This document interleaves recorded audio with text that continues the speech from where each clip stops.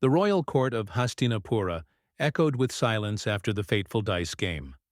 Bound by the rules of the game, the Pandavas, Yudhishthira, Bhima, Arjuna, Nakula, and Sahadeva, along with Draupadi, were sentenced to 13 years of exile, the last year to be spent in disguise, unseen by anyone.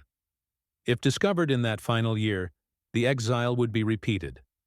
This punishment, cruelly imposed by the Kauravas, was not only a test of endurance, but a spiritual crucible. Clad in the simple robes of ascetics, the once princely Pandavas walked away from their palace life into the dense forests of India.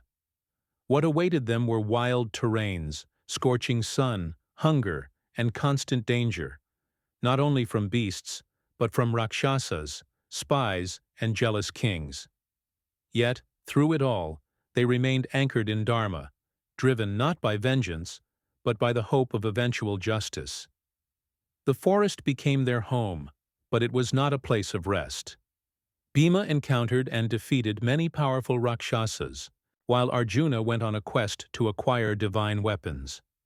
Arjuna's tapasya took him to the Himalayas, where he pleased Lord Shiva and was granted the Pashupatastra.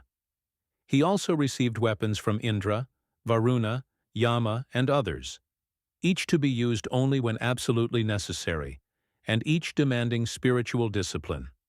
Draupadi, though queenly by birth and fiery in spirit, endured untold hardship. Her humiliation in the court of Hastinapura continued to burn in her heart, yet she walked beside her husbands with quiet strength. During their journey, the Pandavas encountered sages and kings, gaining wisdom and allies for the future war. They were frequently visited by Sage Vyasa, who offered guidance, and Lord Krishna, whose presence reaffirmed their purpose. During these years, the Pandavas resided in many forests, Kamyaka, Dvaitavana, and Badarikasrama, among others.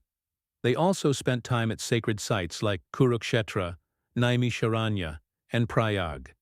In these places, they performed yajnas, engaged in austerities, and grew not only in martial skill, but in spiritual insight.